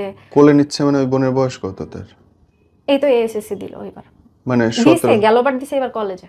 17-18 বছর বয়স, হুম ওইটার কোলে নিতেছে? হুম। কি অদ্ভুত তখন ভাই আমি বোন ওরে তাইলে। জিজ্ঞেস করলাম, ভাইয়া এটাও আমি জানতে পারতাম না ও আমার কাছে হাইড করছে। যখন কিনা ঢাকায় আমার সাথে দেখা করতে আসলো ওই মেয়ের সাথে ডেটিং এ যাওয়ার পর, আমি বুঝি না ভাইয়া, একটা মানুষের মনে দুইজন কেমনে থাকে। দেখেন ভাই, আমি এখন সবাই অনেকে বলতে পারে যে তুমি তো বিয়ে হয়ে আরেকজনের মনে গেছো। হ্যাঁ, হইতে পারে, কিন্তু ওই জামাই যদি তো মনে নাই আপনার। আমার হাজবেন্ড তো আমার মনে নাই, বা আমার কোনো কিছুতে নাই। যে হাজবেন্ড আমার বারবার আমার বাচ্চাকে আহ, রাখতে চায় না, তারপর হচ্ছে আমার অসুস্থতায় আমার পাশে দাঁড়ায় না, হুম। ওই হাজবেন্ড তো আর আমার মনে জায়গা নিতে পারে না। হ্যাঁ, আমি ওর মানলাম আমাকে ট্রিটমেন্ট করাইছে, কিন্তু কথা হয়েছে কি ভাইয়া, যে টাকা পয়সা ধন সম্পদ কিন্তু জীবনের সব না। একটা নারীর ভালোবাসা, সম্মান, গুরুত্ব এটাই চায়।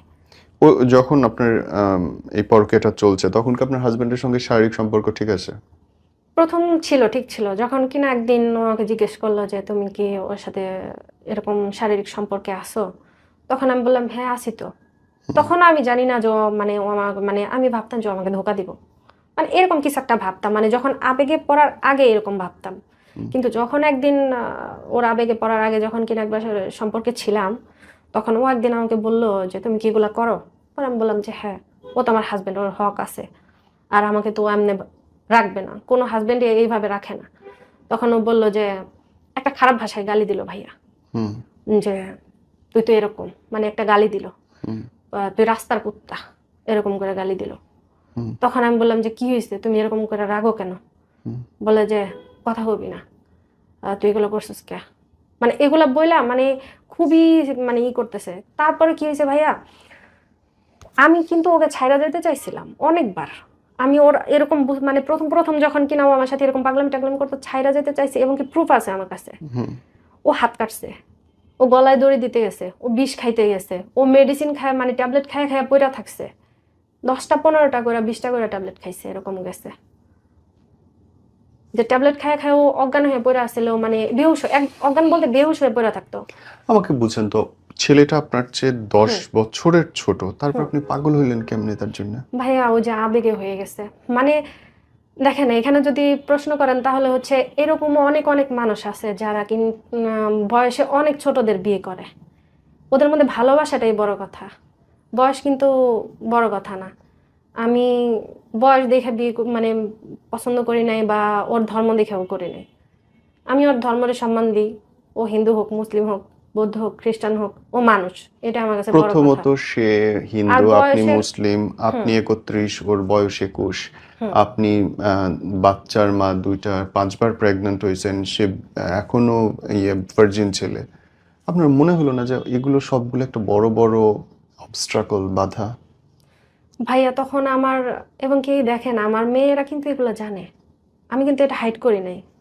কারণ দেখা গেছে যদি আজকে আমি এটা হাইড করে যদি ওর সাথে পালাই যেতাম, আমার মেয়েরা হঠাৎ করে শুনলে কষ্ট পাইতো। এবং কি আমার বড় মেয়ে জানে আমি কিসের ভিতর দিয়ে যাচ্ছি। আপনার বড় মেয়ের বয়স কত? আমার বড় মেয়ের বয়স 15। আপনার বড় মেয়ের বয়স 15, ওর বয়স 21, মানে আপনার বড় মেয়ের চেয়ে ও হুম। 6 বছরের হ্যাঁ, বড়। আমার মেয়ে আমাকে অনেকবার বলছে যে দেখো আম্মু, দুনিয়াতে এত এত মেয়ে থাকতে তোমাকে ভালোবাসে, তুমি কি বোঝো না এটা ফেক। তখন ভাই আবেগে পড়লে কোনো কিছু আর, তখন অন্ধ থাকে মানুষ, ভালোবাসলে অন্ধ হয়ে যায়। রাইট। তখন আমি অন্ধ ছিলাম, আমার মেয়েরা বলতো যে আম্মু তুমি দেখো ও কিন্তু তোমাকে ভালোবাসবে না, ছাইরা দিবে, তো ও আলাদা না, ও সবার মতো। তখন আমি বলতাম আম্মু দেখো সবাই যদি এক হয় তাহলে দুনিয়া তো চলতো না। রাইট। আর সত্যি কথা বলতে ও আমার সবটা যায়নি, কিন্তু আমার, এবং কি আমার মেয়ের সাথে কথা বলছে পর্যন্ত, সবটা যায়নি আমাকে কি করছে, আমার সাথে মানে রিলেশনে আপনার আসছে। মেয়েটা সহ বিয়ে করতে চাইতো? হ্যাঁ, ও ও বলতো এটা আমার খাওয়াবে মেয়ে। কি? ও বলতো যে আমি কিছু একটা করব, আমি যেটাই করি আমি কিছু একটা করব। কি করবে ও 21 তখন বছর আমি ওর বয়স? বলছিলাম যে দেখো আমার মেয়ে, আমার মেয়ে ছাড়া, আমি মেয়েকে ছাড়া আমি যাইতে পারবো না। তখন ও হ্যাঁ। বলছিল যে তোমার মেয়ে আমার মেয়ে কি আলাদা, এবং এরকম এই করে এই বলতো। কথাগুলো শুনে আপনার বিশ্বাস হচ্ছে তখন? ভাইয়া অন্ধ হয়ে গেছিলাম, মানে এতটা পরিমাণে ও আমাকে ইমোশনাল ব্ল্যাকমেল করছে, আমি যদি আপনাকে দেখাই ও কি কি করছে ফোনে আছে, যদি আমি মানে আপনাকে ও দেখাই, যা ইচ্ছা করুক, হ্যাঁ কিন্তু এতটা ও যত পাগলামি করুক, যত মিথ্যা কথা বলুক, যত নাটক করুক, আপনি দেখতেছেন আপনার মেয়ের বয়সে প্রায় একটা ছেলে, সে আপনার মেয়ের দায়িত্ব নেবে, 2টা মেয়ের দায়িত্ব নেবে, আপনাকে দায়িত্ব নেবে, বিয়ে করবে, সংসার না, করবে, এগুলো 2টা মেয়ে নিবে না। আমি বলছিলাম যে আমি একাই আসবো। পরে বলছিলাম যে তুমি এত নিতে পারবে না দায়িত্ব, আমি একাই আসবো। ও বলছিল না, ওকে নিয়ে আসো। ও নিজে বলছে যে এবং আম্মা, এগুলো আপনার তখন বিশ্বাসযোগ্য হ্যাঁ লাগতেছে বিশ্বাস সব। হয়ে গেছে, মানে অন্ধ হয়ে গেছিলাম, বুঝতে পারি নাই যে আসলে যে ভালোবাসা অন্ধ, বয়স মানে না, ধর্ম মানে না, জাতি মানে না, কোনো কিছু মানে না। যখন কিনা একটা মানুষ ভুল পথে যায় ভাইয়া, তখন কিন্তু সঠিকটাও ভুল মনে হয়। এবং কি ওর জন্য আমি কি সহ্য করছি যদি আপনাকে বলি, তাহলে শুনেন। বলেন। আমি যখন কিনা ওর প্রতি এতটা আসক্ত হয়ে গেছি, আমি আমার মামি অসুস্থ ছিল, আমি ওনাদের বাসায় যাইতাম। তো ওইখানে দেখা গেছে অনেক মানুষ, একটা অসুস্থ বাসায় তো মোটামুটি অনেক মানুষ। ওইখানে যদি ওকে সময় দিতে না পারতাম, ও আমার সাথে রাগারাগি করতো, চিল্লাচিল্লি করতো। আবার ওর সাথে সময় দিতে গেলে আমার ফ্যামিলিরা বলতো যে তুই বিবাহিত, তোর হাতে সারাদিন কেন ফোন থাকে, হুম। চ্যাটিং করতে থাকিস সারাদিন। তারপর আমাদের বাড়িতে গেলে 24 ঘন্টা খাওয়া দাওয়া সব অফ, ওর সাথে থাকা লাগে। মাঝে মধ্যে ভিডিও কলে না আসলেও আমার সাথে রাগ করে, ভিডিও কলে আসো, এক নজর দেখবো, এরকম সেরকম, মানে সবসময় ফোর্স করতে থাকতো। হুম। তো একদিন আম্মা যায় না যায়, তারপর ও কি করছে, আমার আম্মার নাম্বার নিয়ে আমার আমাকে কল দিছিল একদিন যে আপনার মেয়েকে বিয়ে করবো। ওরা, আমার আম্মু বলে যে আমি নাতিন বিয়ে দিব, আমি কি এখন মেয়ে বিয়ে দিব, তুমি আমার মেয়েকে বিয়ে করবা। তখন আমি তো জানি না যে ও কল দিছে। পরে আম্মা বলতেছে যে তোরে কে যেন বিয়ে করতে চায়। পরে আমি বললাম কে, রং নাম্বার মনে হয়। পরে ও আমাকে বলতেছে, আমি কই কি কে যেন কল দিয়ে আমাকে বিয়ে করতে চায়, কই ওটা আমি ছিলাম। হুম। পরে আমি বলি যে আমাকে কল দিছে ওটা। তারপরে এগুলা জানার পরে ভাইয়া এমনও গেছে, আমার আম্মা সবকিছু জানে গেছে।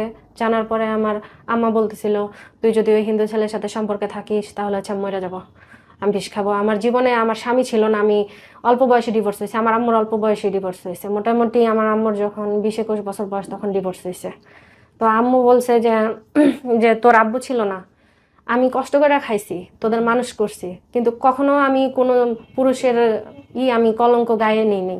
সেখানে তুই বিবাহিত হয়েছিস, হ্যাঁ তোর সংসার জীবনে সুখী নাই, আমরা জানি তুই সুখী নাই, তোর হাজবেন্ড কেমন, তোরা হাজবেন্ড তোরে মূল্য দেয় না, দাম দেয় না, কোনো কিছুতে করে না, জানি একটা মেয়ের হাজবেন্ড ভালো না থাকলে সে অন্যদিকে যাইতেই পারে। কিন্তু তুই এমন একজনের কাছে যাইতেছ যেটা আমার মান সম্মান সবকিছু শেষ করে, তুই যদি ওর সাথে যাস, মানে কান্না করে করে বলতেছিল। অ্যাজ ইট ইজ তো আপনার পরকীয়া বয়ফ্রেন্ডের মাও তো একই কথা বলছে যে যদি এই মেয়েরে বিয়ে করিস তাহলে হ্যাঁ, আমার ভাইয়া বলতেছিল তুই কি ওরে ভালোবাসিস। পরে আমি চুপ করেছিলাম, কারণ আমি তো ভালোবাসি। আম্মা বলতেছিল, ভাইয়া বলতেছিল, তখন আমি চুপ করে ছিলাম। আম্মা বলছিল তুই যদি ওর সাথে করস তাহলে হচ্ছে আমি বিষ খাবো। কিন্তু ভাইয়া আমি তো মার কথা চিন্তা করি নাই, আমি তো চিন্তা করি নাই যে আমার মা বিষ খাবে বা কি। আমি চিন্তা করছি যে আমার মা আমার লাইফটা একবার নষ্ট করছে বিয়ে দিয়ে, অল্প বয়সে। যদি আমি তখন বিয়ে না হইতে হয়তো আরেকটু ম্যাচিউর হইতাম, হয়তো বুঝতাম এখন সবকিছুর আপনার বিয়ে সমস্যা। করার বয়স, যখন হ্যাঁ, আপনার বাচ্চাটা বড় হয়ে গেছে। হ্যাঁ, তখন আমার আম্মু আমাকে, আমি বুঝতে পারি না, আমার আম্মু আমাকে বিয়ে দিছে, আমি তো আর প্রেম করে বিয়ে করি রাইট, নাই, বা আমার রাইট। গায়ে কোনো কলঙ্কের দাগও ছিল না এবং যে এই মেয়ে পড়ালেখাটাও একটা। করতে পারেন নাই ঠিক হ্যাঁ, মতো। হ্যাঁ, আমি একটা পরকীয়া করছি, বা আমি একটু ওই ছেলের সাথে ধরা পড়ছিলাম, বা কি একটা কিছুই হয়েছে, না। এরকম কিছুই ছিল না, রাইট। কলঙ্কের কোনো দাগ ছিল না। তারপরে আম্মু বিয়ে দিছে, মানে আমাকে বিয়ে দিয়ে মানে আমার জীবনটা বরবাদ করে দিছে। এখন আমি চাচ্ছিলাম না যে আমার আম্মু আমার লাইফটা আবার বরবাদ করুক। এখন এই ছেলের লাশ সরে গেল কি বলে আপনার কাছ থেকে? সরে গেছে কিছুদিন আগে, ওর 15 তারিখে, এই গেল 15 তারিখে ওর একটা ইন্টারভিউ ছিল RFL কোম্পানিতে, ওর একটা জবের। আমি ওকে বলি জবটা করতে, ফ্রিল্যান্সিং এর টাকা দিই আমি ওকে, যে কিছু একটা করো, তুমি তো আমাকে বিয়ে করবা, খাওয়াই বাকি। তখন ও বলে যে হ্যাঁ করবো, কিন্তু টাকা তো নাই, ফ্রিল্যান্সিং এর একটা অফার আসছে। তখন আমি ওকে বলি যে তুমি ফ্রিল্যান্সিং করো, আমি তোমাকে টাকা দিই। তখন ভাই আমি গোপনে গোপনে অনেক কষ্ট করে, আমার হাজবেন্ড যেহেতু আমাকে টাকা দেয় না, আমি অনেক সময় দেখা গেছে যে ওর জন্য চুরি পর্যন্ত করছি। আমার হাজবেন্ডের মানিব্যাগ থেকে চুরি করে ওর হচ্ছে টাকা পাঠাইতাম। বাপরে বাপ, হ্যাঁ, প্রেম। মানে আমি এত পরিমাণ চোর হয়ে গেছি ওর প্রেমে, মানে চোর বলতে, অন্ধ বলতে, দোষী বলতে, সব দিকে আমাকে দোষ দেওয়া যায়, যে আমি ওকে সুযোগ দিছি। এখন আমি যদি ওকে সুযোগ না দিতাম ও তো আসতে পারতো না। কিন্তু এইখানে কথা হচ্ছে ভাইয়া, ও যদি চায় তাহলে হচ্ছে আমরা এক হইতে পারি, কিন্তু ওই এখন চাচ্ছে না। যখন কিনা ওর ফ্রিল্যান্সিং এর টাকা দেই, তখন ফ্রিল্যান্সিং করা বাদ দিতে, মানে ও খেলে, ও হচ্ছে এই কাজ করে, সেই কাজ করে, ওই কাজ করে, ও ফ্রিল্যান্সিং করেই না, ক্লাস পর্যন্ত করে না। নোটিফিকেশন আসে যে ক্লাসের, যে এখন জয়েন হও, ও করে না। তখন আমি ওকে বলি তুমি কি ক্লাস করো না। লাস্ট ওর সাথে আমার কিভাবে ঝামেলাটা হয় সেটা হচ্ছে 15 তারিখে ও আমাকে বলে সকালবেলা, আগের দিন, হ্যাঁ না 14 তারিখে আমাকে বলে যে আমি তো 15 তারিখ 16 তারিখে ঢাকা আসতেছি, ইন্টারভিউ আছে 16 তারিখে, তো তুমি বাড়িতে মানে কাউরে জানানো, যেহেতু ওর ফ্যামিলির অনেকের সাথে আমার অ্যাড ছিল, মোটামুটি ওর ফ্যামিলিও জানতেছিল, আমার ফ্যামিলিও মানে মোটামুটি জানে আমাদের বিষয়টা। তখন ও বলতেছিল যদি কেউ কল দেয় তুমি বা মেসেজ দেয় বলবা যে ওর সাথে আমার কথা হয় না। ও সবসময় হাইড করতে চাইতো, কিন্তু আমি চাইতাম যে আমাদের বিষয়টা সবাই জানুক, যে না জানলে কেমনে ভালোবাসলাম, বিয়ে করলেও তো সবাই জানবে, তো রিলেশনে তো সবাই জানুক, তারপর হচ্ছে বিয়ের পরেও সবাই জানুক। আমি চাইতাম যে এটা পূর্ণতা পাক, কিন্তু ও চাইতো যে না, গোপনই ভালোবাসা, গোপন সুন্দর। কিন্তু ভাইয়া সব ক্ষেত্রে কিন্তু গোপন সুন্দর হয় না। আজকে দেখা গেছে রিলেশন করলাম গোপনে, তারপরে হচ্ছে সবকিছুই করলাম, বিয়েও করলাম, কিন্তু কেউ জানলো না, আমাকে ছাইড়া দিয়ে গেল, তার প্রমাণ কি থাকবে? Right. আমি সবসময় চাইতাম যে প্রমাণ থাক, ও যে আমার সাথে আছে বা আমাকে বিয়ে করতে চাইতেছে, সবকিছু করতেছে। তুমি যে ওরে ভালোবাসে এর কোনো প্রমাণও চাইছে? হ্যাঁ চাইছে। তোমার ছবি ভিডিও, খোলামেলা ছবি ভিডিও নিছেও কখনো? না, ওরকম খোলামেলা কিছু চাই না, সবসময় বলতো যে তুই আমাকে ভালোবাসিস না, তুই আমাকে করাস না, প্রমাণ দে, তুই আমাকে বিয়ে কর। হুম। এর মধ্যে কি হয়েছে ভাইয়া, গেল মাসের আগের মাসে আমার বোনের বিয়ে হয়। তো ভাইয়া বিয়েতে কিন্তু স্বাভাবিক অনেক ঝামেলা থাকে, বাড়িতে অনেকেই থাকে। তখন হচ্ছে আমি ওই বিয়েতে যাই, ওই 3 দিন আমি ওকে একটু মোটামুটি সময় দিতে পারি না। সময় বলতে কি, মানে কথা হয়, দেখা গেছে 8-10টা মেসেজের পর আমি একটু 2-3 ঘন্টা আবার একটু বিজি, যেহেতু 2 দিন যাবত বিয়ে হয়েছে, গায়ে হলুদ প্লাস স্বাভাবিক। বিয়ে, আমি একটু বিজি ছিলাম। ও আমাকে বলতেছিল তুই আমাকে ইগনোর করস, তোরে ছাড়া আমি বাঁচবো না, মানে এত প্রকার ইমোশনাল ব্ল্যাকমেল, কান্নাকাটি, না খাওয়া, 3 দিন পর্যন্ত খায় নাই, 3 দিন খায় নাই, গোসল করে নাই, কিচ্ছু করে নাই। ও আমাকে বলতেছিল তুই তো সুখে আসস, আমি তো সুখে নাই, ও যে এরকম খাচ্ছে না বলতেছিল। আপনার প্রমাণ কি?